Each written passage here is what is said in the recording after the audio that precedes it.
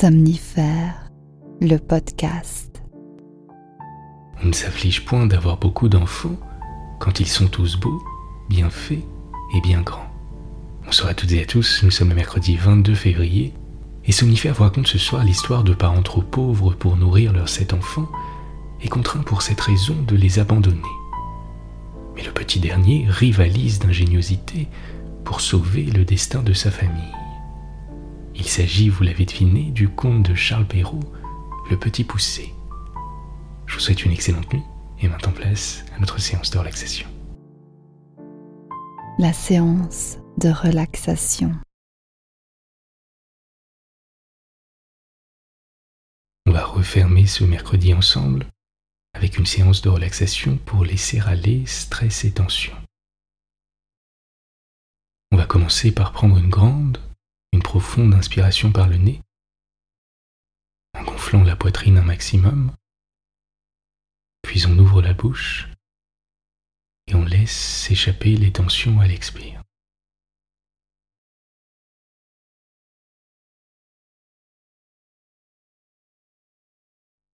On va prendre une seconde inspiration en gonflant le ventre comme un ballon et on expire toutes les tensions.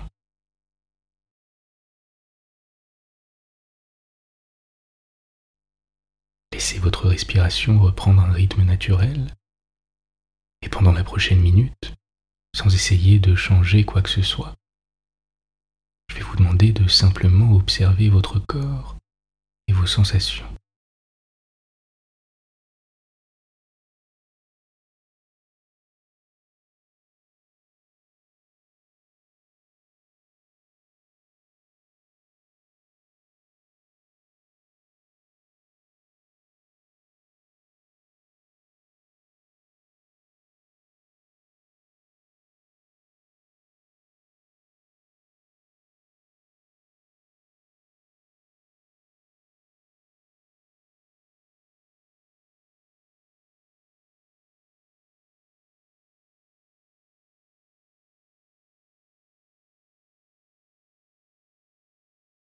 Portez à présent votre attention sur votre visage et détendez les points de tension habituels.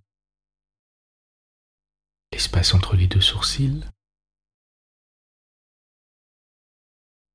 la mâchoire, la langue.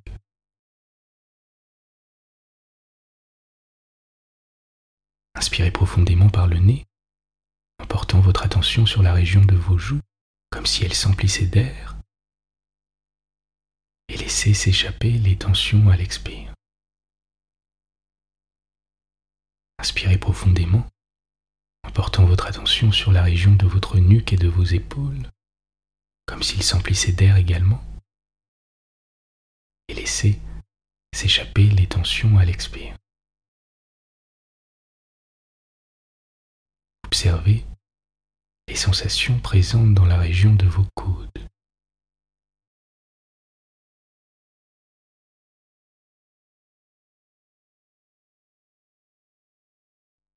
De vos mains.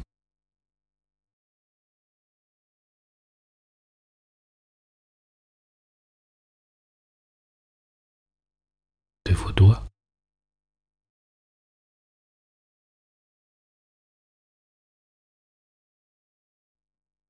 Et de vos 2 bras dans leur ensemble.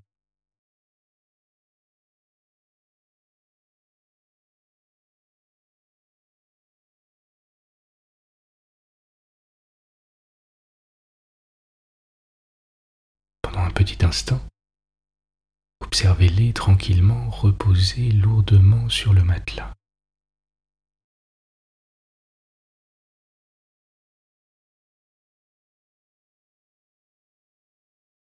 Sans attente particulière, comme avec curiosité.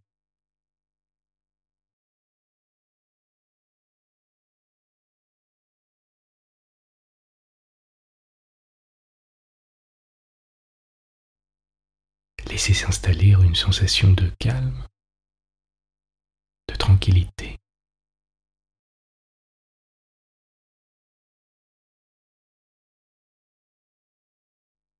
On va descendre un peu et poser notre attention sur la région de notre ventre à présent.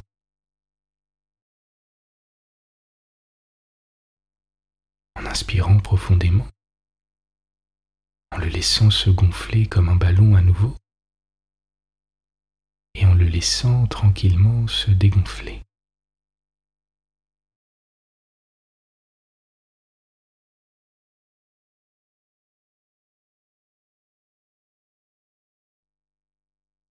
Portez votre attention sur la région de vos hanches. Voyez s'il y a des tensions, sans essayer de changer quoi que ce soit.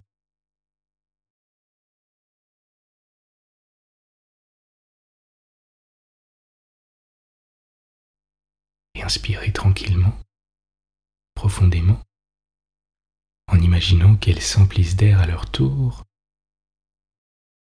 et laissez toutes les tensions s'évaporer à l'expire.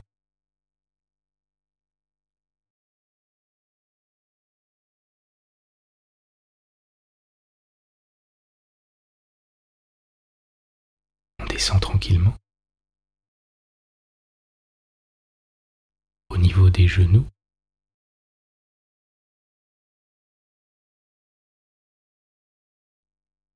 puis des pieds,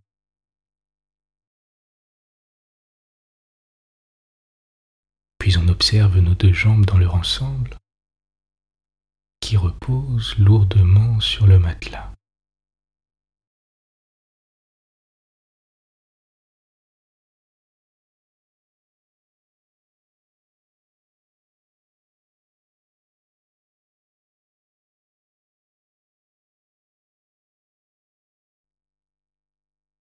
Inspirez profondément en imaginant l'air descendre jusqu'au bout de vos doigts de pied. Et expirez tranquillement à votre rythme.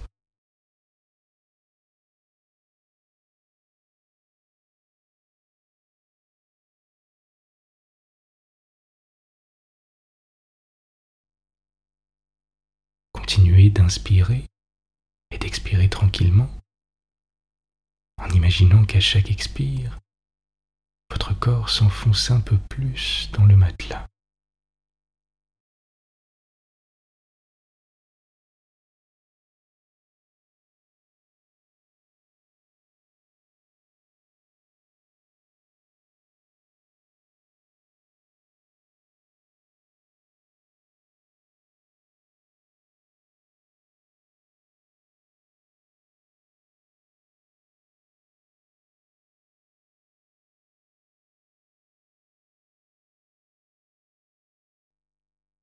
Appréciez votre état de détente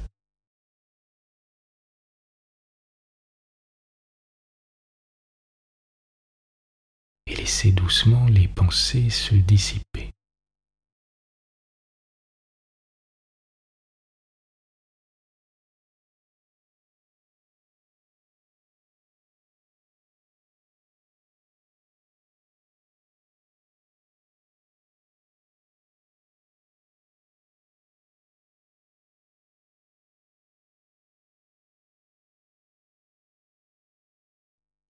Vous êtes calme et détendu. L'histoire du soir. Il était une fois un bûcheron et une bûcheronne qui avaient 7 enfants, tous garçons. Ils étaient fort pauvres, et leurs 7 enfants les incommodaient beaucoup parce qu'aucun d'eux ne pouvait encore gagner sa vie. Ce qui les chagrinait encore, c'est que le plus jeune était fort délicat et ne disait mot, prenant pour bêtise ce qui était une marque de la bonté de son esprit. Il était fort petit, et quand il vint au monde, il n'était guère plus gros que le pouce, ce qui fit qu'on l'appela le petit poucet. Ce pauvre enfant était le souffre-douleur de la maison, et on lui donnait toujours le tort. Cependant, il était le plus fin et le plus avisé de tous ses frères, et s'il parlait peu, il écoutait beaucoup. Il vint une année très fâcheuse. et la famine fut si grande que ces pauvres gens résolurent de se défaire de leurs enfants. Un soir que ses enfants étaient couchés et que le bûcheron était auprès du feu avec sa femme, il lui dit, le cœur serré de douleur: « Tu vois bien que nous ne pouvons plus nourrir nos enfants. Je ne saurais les voir mourir de faim devant mes yeux, et je suis résolu de les mener perdre demain au bois.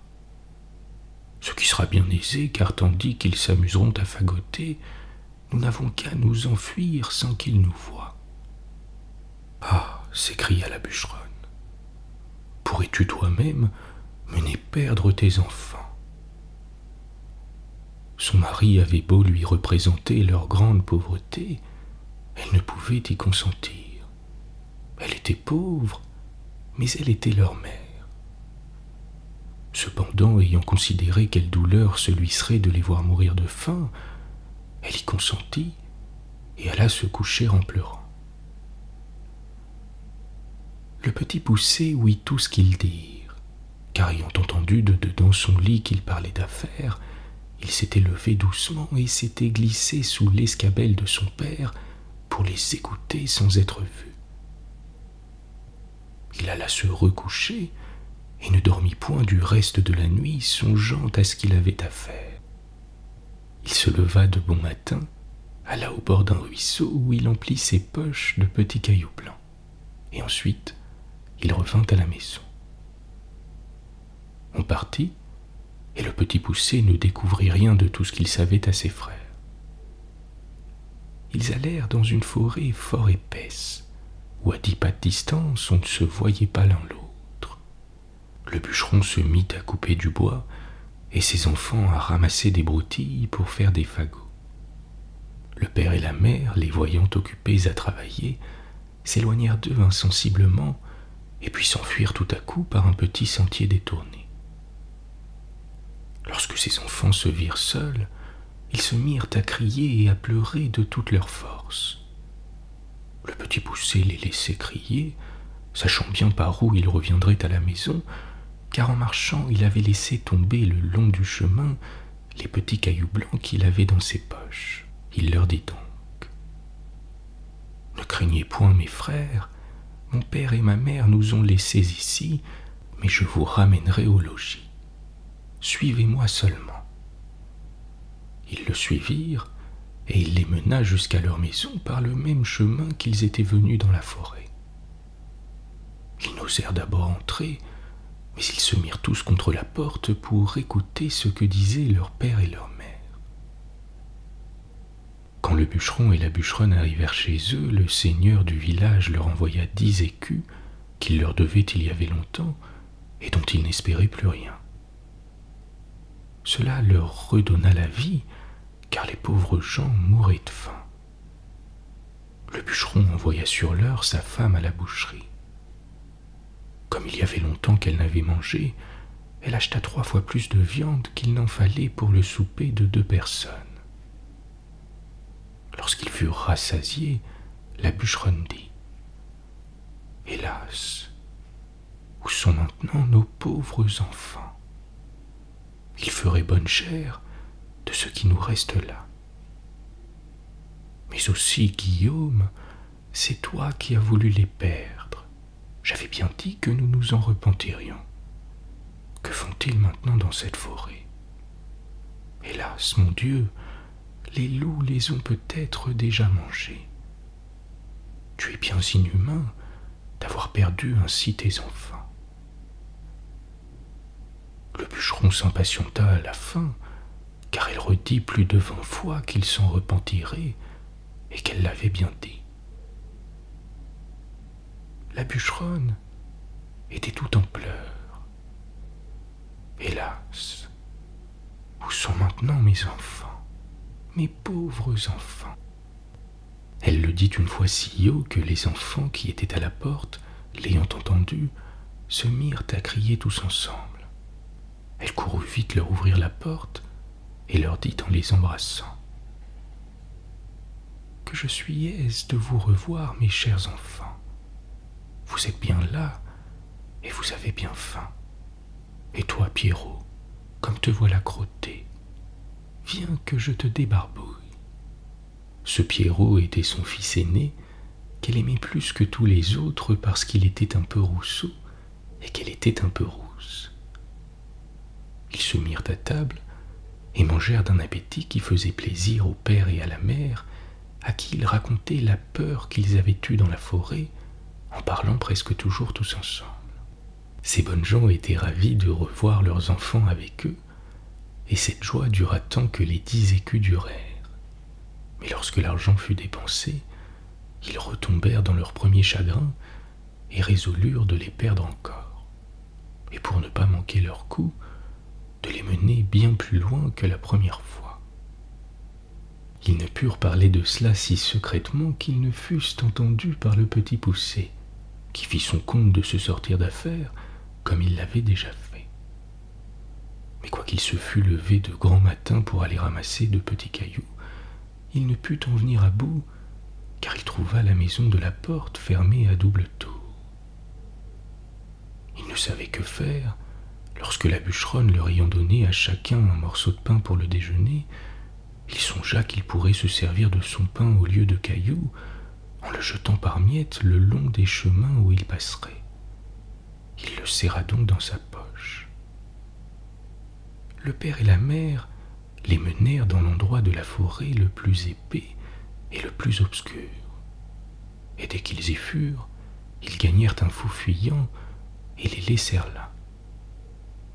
Le petit Poucet ne s'en chagrina pas beaucoup, parce qu'il croyait retrouver aisément son chemin par le moyen de son pain qu'il avait semé partout où il avait passé. Mais il fut bien surpris lorsqu'il ne put en retrouver une seule miette. Les oiseaux étaient venus qui avaient tout mangé. Les voilà donc bien affligés, car plus ils marchaient, plus ils s'égaraient et s'enfonçaient dans la forêt. La nuit vint, et il s'éleva un grand vent qui leur faisait des peurs épouvantables. Ils croyaient n'entendre de tous côtés que les hurlements de loups qui venaient à eux pour les manger. Ils n'osaient presque se parler, ni tourner la tête. Le petit Poucet grimpa en haut d'un arbre. Ayant tourné la tête de tous côtés, il vit une petite lueur comme une chandelle, mais qui était bien loin par-delà la forêt. Ils arrivèrent enfin à la maison où était cette chandelle, non sans bien des frayeurs, car souvent ils la perdaient de vue, ce qui leur arrivait toutes les fois qu'ils descendaient dans quelque fond. Ils toquèrent à la porte, et une bonne femme vint leur ouvrir. Elle leur demanda ce qu'ils voulaient. Le petit Poucet lui dit qu'ils étaient de pauvres enfants qui s'étaient perdus dans la forêt et qui demandaient à coucher par charité. Cette femme, les voyant tous si jolis, se mit à pleurer et leur dit : « Hélas, mes pauvres enfants, où êtes-vous venus ? Savez-vous bien que c'est ici la maison d'un ogre qui mange les petits enfants ? » « Hélas, madame, lui répondit le petit Poucet, qui tremblait de toute sa force aussi bien que ses frères, que ferons-nous ? Il est bien sûr que les loups de la forêt ne manqueront pas de nous manger cette nuit si vous ne voulez pas nous retirer chez vous. Et cela étant, nous aimons mieux que ce soit monsieur qui nous mange. Peut-être qu'il aura pitié de nous si vous voulez bien l'en prier. La femme de l'ogre, qui crut qu'elle pourrait les cacher à son mari jusqu'au lendemain matin, les laissa entrer et les mena se chauffer auprès d'un bon feu. Il y avait un mouton tout entier à la broche pour le souper de l'ogre. Comme il commençait à se chauffer, ils s'entendirent heurter 3 ou 4 grands coups à la porte. C'était l'ogre qui revenait. Aussitôt sa femme les fit cacher sous le lit et alla ouvrir la porte. L'ogre demanda d'abord si le souper était prêt et si on avait tiré du vin, et aussitôt se mit à table. Le mouton était encore tout sanglant, mais il ne lui en sembla que meilleur. Il flairait à droite et à gauche, disant qu'il sentait la chair fraîche. Il faut, lui dit sa femme, que ce soit ce veau que je viens d'habiller que vous sentez. Je sens la chair fraîche, te dis-je encore une fois, reprit l'ogre, en regardant sa femme de travers. Il y a ici quelque chose que je n'entends pas. En disant ces mots, il se leva de table et alla droit au lit. Ah, dit-il, voilà donc comment tu veux me tromper, maudite femme. Je ne sais à quoi il tient que je ne te mange aussi. Bien t'en prends d'être une vieille bête. Voilà du gibier qui me vient bien à propos pour traiter 3 ogres de mes amis qui doivent me venir voir ces jours-ci. Il les tira de dessous le lit, l'un après l'autre. Ces pauvres enfants se mirent à genoux en lui demandant pardon. Mais ils avaient affaire au plus cruel de tous les ogres, qui, bien loin d'avoir de la pitié, les dévoraient déjà des yeux. Et il disait à sa femme que ce serait là de friands morceaux lorsqu'elle leur aurait fait une bonne sauce. Il alla prendre un grand couteau, et en approchant de ces pauvres enfants, il l'aiguisait sur une longue pierre qu'il tenait à sa main gauche. Il en avait déjà empoigné un lorsque sa femme lui dit « Que voulez-vous faire à l'heure qu'il est? N'aurez-vous pas assez de temps demain ?»« Tais-toi, reprit l'ogre, ils en seront plus mortifiés. »« Mais vous avez là encore tant de viande, reprit sa femme. Voilà un veau, 2 moutons et la moitié d'un cochon. »« Tu as raison, dit l'ogre. Donne-leur bien à souper afin qu'ils ne maigrissent pas et va les mener coucher. » La bonne femme fut ravie de joie et leur porta bien à souper, mais ils ne purent manger tant ils étaient saisis de peur. Pour l'ogre, il se remit à boire, ravi d'avoir de quoi si bien régaler ses amis. Il but une 12aine de coups de plus qu'à l'ordinaire, ce qui lui donna un peu dans la tête et l'obligea de s'aller coucher. L'ogre avait 7 filles, qui n'étaient encore que des enfants. Ces petites ogresses avaient toutes le teint fort beau, parce qu'elles mangeaient de la chair fraîche comme leur père. Mais elles avaient de petits yeux gris et tout ronds, le nez crochu et une fort grande bouche, avec de longues dents fort aiguës et fort éloignées l'une de l'autre. Elles n'étaient pas encore fort méchantes, mais elles promettaient beaucoup car elles mordaient déjà les petits enfants pour en sucer le sang. On les avait fait coucher de bonne heure, et elles étaient toutes 7 dans un grand lit, ayant chacune une couronne d'or sur la tête.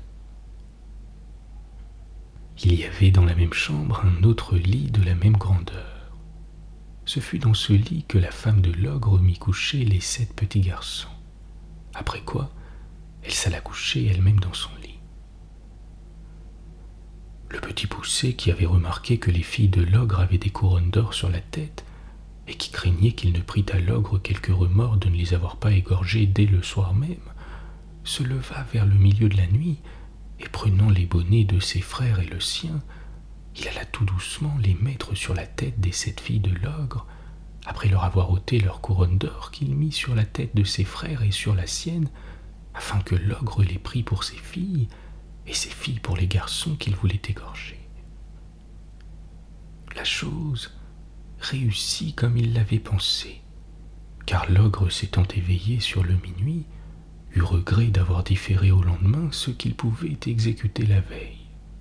Il se jeta donc brusquement hors du lit, et prenant son grand couteau. « Allons voir, dit-il, comment se portent nos petits drôles. » Il monta donc à tâtons à la chambre de ses filles, et s'approcha du lit où étaient les petits garçons qui dormaient tous, excepté le petit poucet, qui eut bien peur lorsqu'il sentit la main de l'ogre qui lui tâtait la tête, comme il avait tâté celle de tous ses frères. L'ogre qui sentit les couronnes d'or. « Vraiment, dit-il, j'allais faire là un bel ouvrage. Je vois bien que j'ai trop bu hier soir. » Il alla ensuite au lit de ses filles, où ou ayant senti les petits bonnets des garçons. « Ah, les voilà, dit-il, nos gaillards. Travaillons hardiment. » En disant ces mots, il coupa sans balancer la gorge à ses 7 filles. Fort content de cette expédition, il alla se recoucher dans sa chambre. Aussitôt que le petit poucet entendit ronfler l'ogre, il réveilla ses frères et leur dit de s'habiller promptement et de le suivre.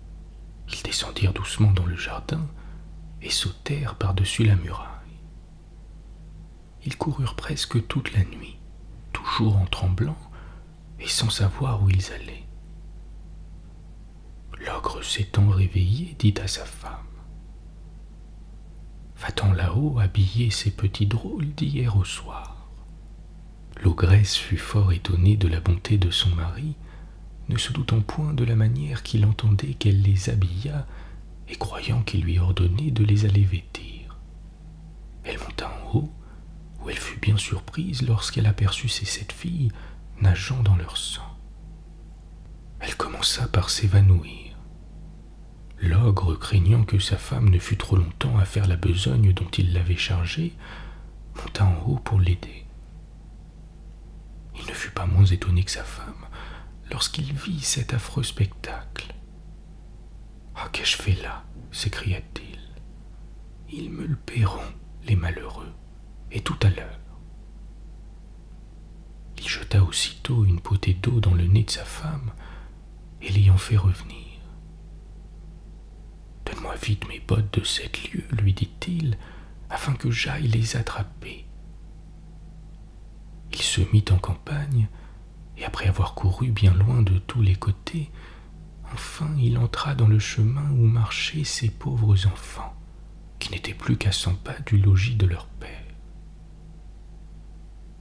Ils virent l'ogre qui allait de montagne en montagne et qui traversait des rivières aussi aisément qu'il aurait fait le moindre ruisseau.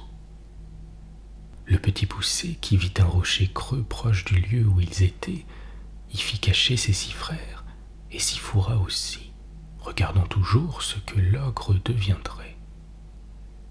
L'ogre, qui se trouvait fort las du long chemin qu'il avait fait inutilement, car les bottes de 7 lieues fatiguent fort leur homme, voulut se reposer, et par hasard, il alla s'asseoir sur la roche où les petits garçons s'étaient cachés. Comme il n'en pouvait plus de fatigue, il s'endormit après s'être reposé quelque temps et vint à ronfler si effroyablement que les pauvres enfants n'eurent pas moins de peur que quand il tenait son grand couteau pour leur couper la gorge. Le petit poucet en eut moins de peur et dit à ses frères de s'enfuir promptement à la maison pendant que l'ogre dormait bien fort et qu'ils ne se missent point en peine de lui. Ils crurent en son conseil et gagnèrent vite la maison. Le petit poucet, s'étant approché de l'ogre, lui tira doucement ses bottes et les mit aussitôt.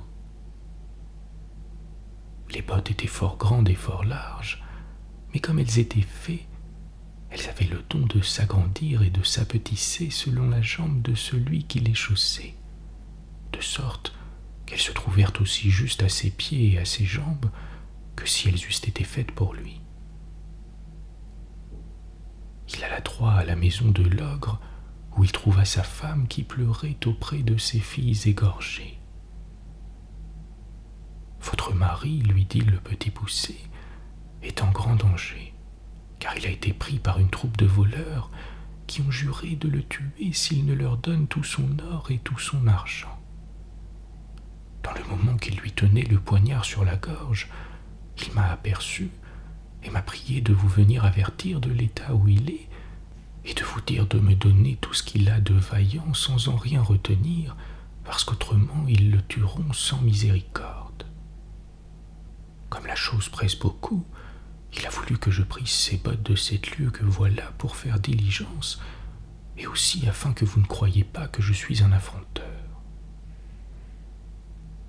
La bonne femme, fort effrayée, lui donna aussitôt tout ce qu'elle avait, car cet ogre ne laissait pas d'être fort bon mari, quoiqu'il mangeât les petits enfants. Le Petit Poucet, étant donc chargé de toutes les richesses de l'ogre, s'en revint au logis de son père, où il fut reçu avec bien de la joie.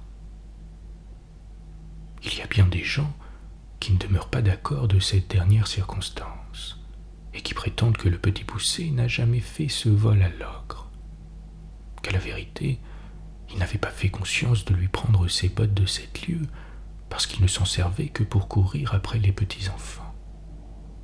Ils assurent que lorsque le Petit Poucet eut chaussé les bottes de l'ogre, il s'en alla à la cour, où il savait qu'on était fort en peine d'une armée qui était à 200 lieues de là, et du succès d'une bataille qu'on avait donnée.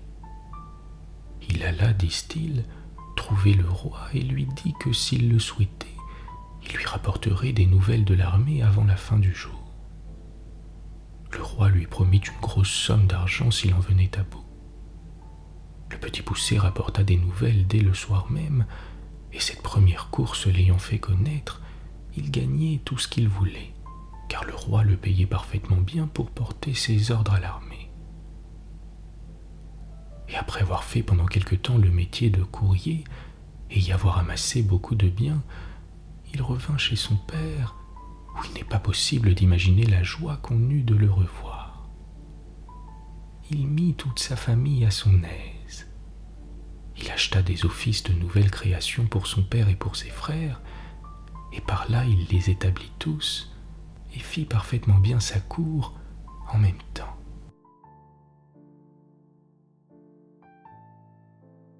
Bonne nuit. Bonne nuit.